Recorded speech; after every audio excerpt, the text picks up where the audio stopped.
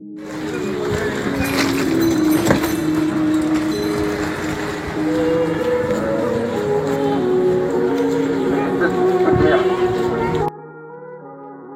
সবচেয়ে কঠিন সময়ের মুখোমুখি হলেন রুবায়েত ফাতিমা তনি। স্বামীকে হারিয়ে আজ যেন সব হারানো নিঃস্ব এক পথের পথিক হলেন তিনি। ইতোমধ্যে স্বামীর দাফনের কাজ শেষ করে স্বামীকে শেষ বিদায় দিয়েছেন এই নারী উদ্যোক্তা।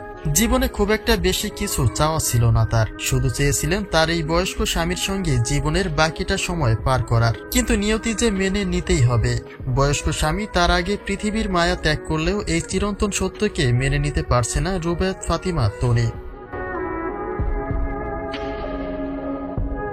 তিনি আজ সকালের ফ্লাইটে ব্যাংকক থেকে স্বামীর মরদেহ নিয়ে দুপুরের দিকে নিজ গন্তব্যে ফিরেছেন। ভাগ্যটা যেন তার নিজের কথা একটুও বলেনি। স্বামীর দীর্ঘমেয়াদী অসুস্থতায় স্বামীর পাশে এতটা দিন থাকার পরেও সেই মৃত্যুকালীনে স্বামীর পাশে থাকার ভাগ্যটা হলো না তনির। গতকাল তিনি যখন দেশের মাটিতে তখন ব্যাংককের আইসিইউতে থাকাকালীনে মৃত্যুবরণ করেন সাদাত রহমান। মৃত্যুর সময় তিনি পেলেন না তার আদরের স্ত্রী সন্তানদের, যে বিষয়টি আরো বেশি মর্মাহত করে তুলেছে তনিকে।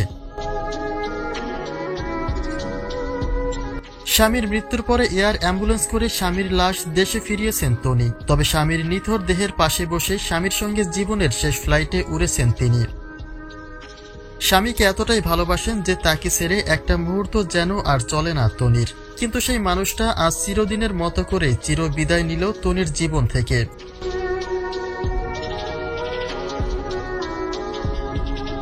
তনির স্বামীর এই মৃত্যুতে শুধু তার পরিবারই নয়, শোকের মাতম বইছে তার আত্মীয় স্বজনদের মাঝেও।